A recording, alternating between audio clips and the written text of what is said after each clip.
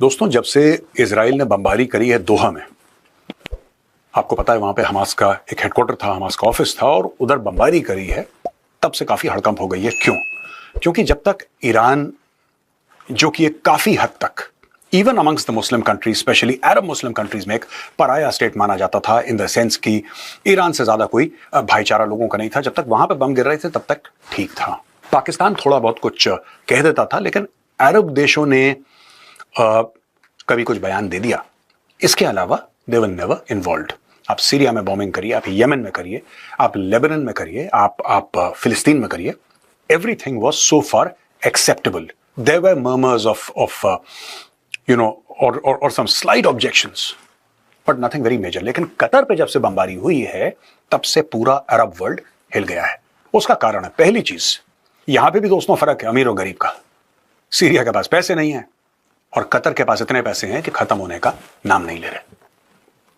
Qatar के पास तेल, कतर के पास gas. In fact India is amongst the largest purchasers of Qatari gas.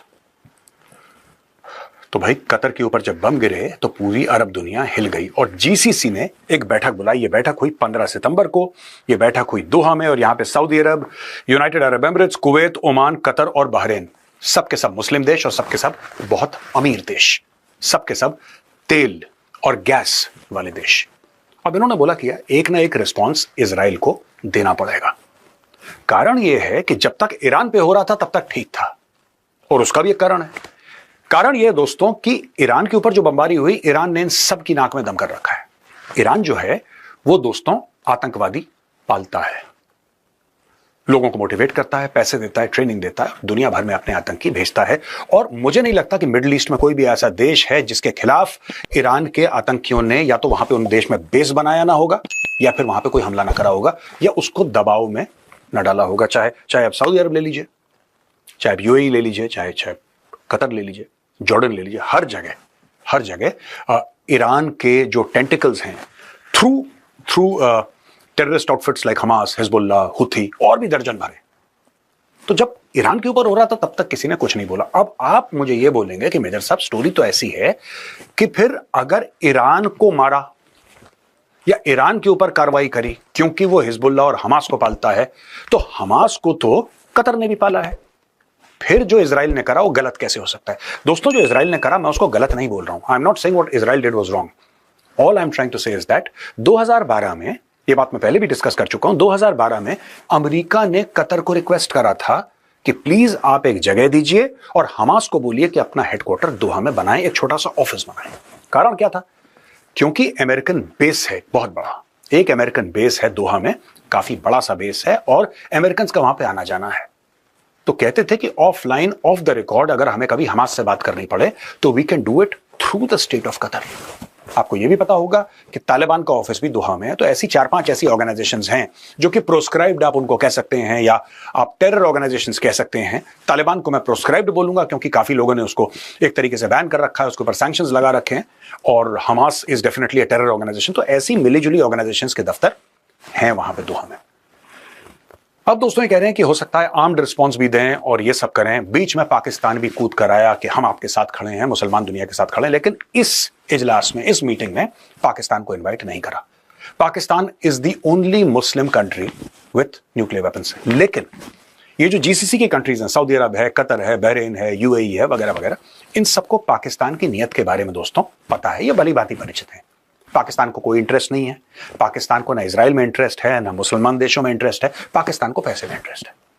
जब पाकिस्तानी प्रधानमंत्री शहबाज शरीफ पहुंचते हैं कतर, वो क्यों पहुंचते हैं? 2 घंटे के लिए जाते हैं वहां पे कि साहब हम आपके साथ खड़े हैं। अरे आपके साथ खड़े होके आप जमीन पे लेट जाओ, उससे क्या फर्क पड़ रहा है? How is it impacting the overall geopolitics of that area? Pakistan is pretty much useless. अब ये देश हैं, इनके पास पैसा है, और इन देशों के पास इजराइल से ज्यादा पैसा है। दोस्तों, एक प्रॉब्लम है यहां पे, और ये जो प्रॉब्लम है जिसके बारे में अब मैं आपको बताऊंगा, ये सबसे गंभीर प्रॉब्लम है। क्या ये देश वो सलाहियत रखते हैं, वो कैपेबिलिटी रखते हैं कि इजराइल को जवाब दें? हां, अगर ये मिल जाएं तो जरूर ये जवाब दे सकते हैं, बिल्कुल इजराइल को जवाब दे सकते हैं अगर ये मिल जाएं। लेकिन आपको ये बात भी पता होगी कि कुछ साल पहले सऊदी अरब ने कतर का ब्लॉकेड करवा दिया था। इनकी आपस में नहीं बनती है। और इनकी रंजिशें बहुत गहरी और बहुत पुरानी हैं, राइट? इन देशों की आपस में नहीं बनती, ये कॉम्पिटिटर्स हैं। इसके अलावा ये सब एक दूसरे के कंट्रीज में प्रेशर ग्रुप्स रखते हैं, इनमें ट्रस्ट का लेवल बड़ा लो है। हां, ऐसा हो सकता है कि पाकिस्तान कतर पहुंचे और कतर को एक ऑफर दे कि देखिए आपकी जिम्मेदारी हम लेते हैं, आपकी जिम्मेदारी, आपकी सुरक्षा की, आपकी दिफा की जिम्मेदारी हम लेते हैं, आप सिर्फ हमें पैसा दे दीजिए। सब पाकिस्तान पैसे का भूखा है, आप $4 देंगे, हम अपनी फौज भेजेंगे और हमारी फौज जो है वो कतर के दिफा की जिम्मेदारी लेती है। ये पाकिस्तान ऐसे इंडिकेशंस कतर को दे चुका है। कतर इज नॉट इंटरेस्टेड, और कतर इसलिए इंटरेस्टेड नहीं है दोस्तों, साफ सीधी बात है, वहां पे अमेरिकन सोल्जर्स हैं।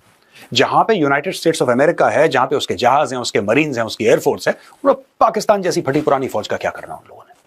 अब फिर आप ये बोलेंगे कि साहब अगर वहां पे अमेरिका बहादुर खुद मौजूद है, इजराइल ने अटैक कैसे कर दिया? दोस्तों यहां पे बात आती है वही पुरानी फाइनेंस वाली बात आती है एसेट और लायबिलिटी की। एक जमाने में हमास एसेट था कतर के लिए, एक जमाने में हमास एसेट था ईरान के लिए। आज की तारीख में हमास और हिजबुल्लाह और इवन हुथीज ये काफी हद तक इन सारे देशों के लिए लायबिलिटी बन चुके हैं, और लायबिलिटी कोई पालना नहीं चाहता, चाहे वो बिजनेस हो चाहे वो देश हो।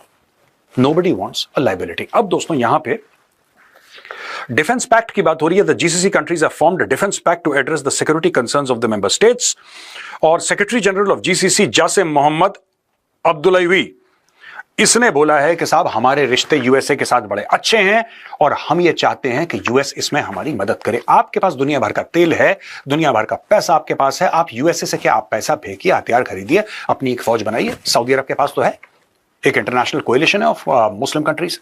वहां पे रहील शरीफ जो पाकिस्तान के चीफ ऑफ आर्मी स्टाफ थे, वो नौकरी तो कर रहे थे सऊदी अरब की, वो कहां चले गए भाई?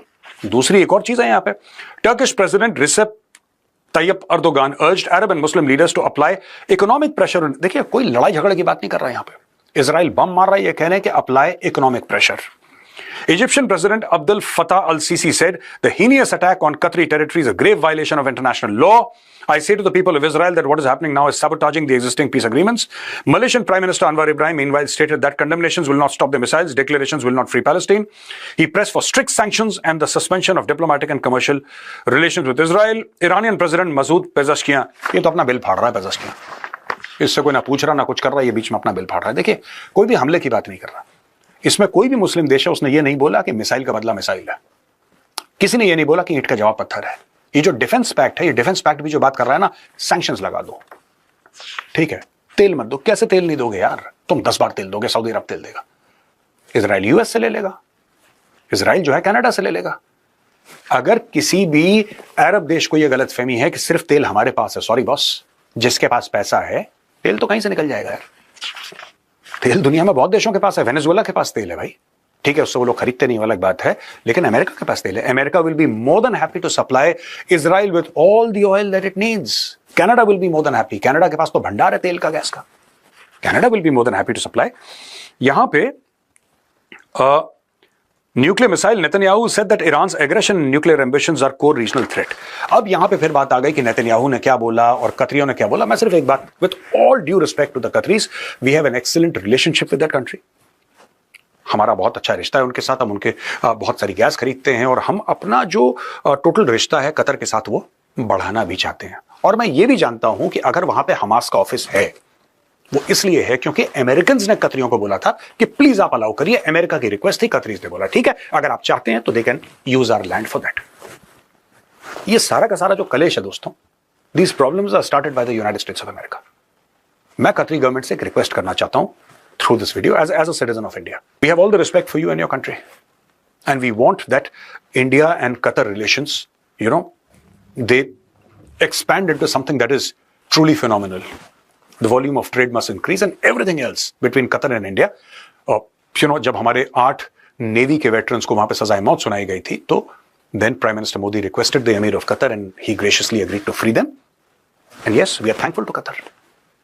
लेकिन ये जो हमास वाला चैप्टर है, आप अमेरिकन से बात करिए, speak to the Americans and say that you asked us to let Hamas on our soil and this has resulted in violation of our sovereignty. This is something that the Qataris must explain to the Americans, that you asked us to allow Hamas to open an office in Doha, which resulted in the Israelis attacking Doha. or attacking certain buildings in Doha. And this is not acceptable for the sovereignty of Qatar. Bilkul. I will agree with that and I will support the Qataris. All I'm saying is get rid of Hamas because Israel will not stop. And I'm saying this as a well-wisher, I'm saying this as a friend. I'm saying this as somebody who has a lot of respect for Qatar. Don't do this. आप मत करिए ऐसा. आप बोल दीजिए US को कि हम अब हमास को यहां पे नहीं पाल, क्योंकि अगर आप हमास को वहां पे रखेंगे यूएस के कहने पे, यूएस इजराइल को नहीं रोकने वाला. The US will never stop Israel. US is playing both Qatar and Israel. And US will continue to do that because that is US's policy. And the Israelis will keep on coming after Hamas. It does not matter if Benjamin Netanyahu is the prime minister or not.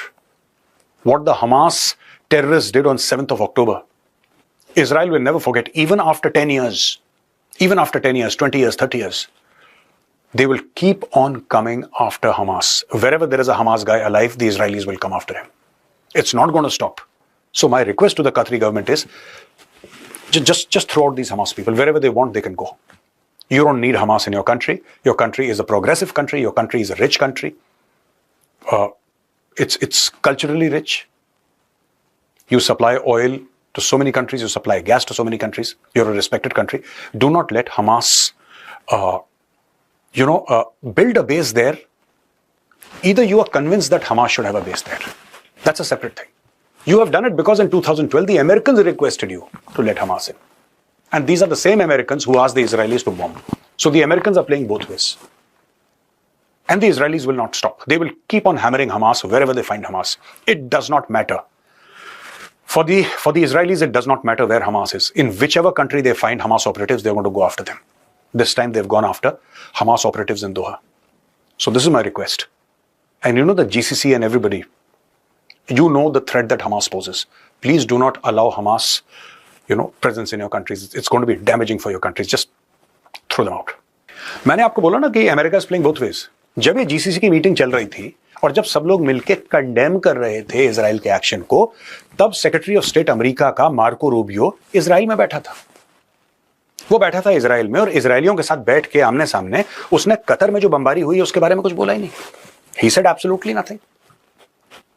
और ये जो बमबारी हुई है American base से ज्यादा दूर की हुई, 30, 40, 50 किलोमीटर दूर होगी. Not very far. For a missile flying at supersonic speeds, this is what? This is less than a minute. Or a minute. इतना दूर. मार्को रूबियो ने कुछ नहीं बोला और दोस्तों बोलेगा भी नहीं. सारा जंजाल अमेरिका का फैलाया हुआ है.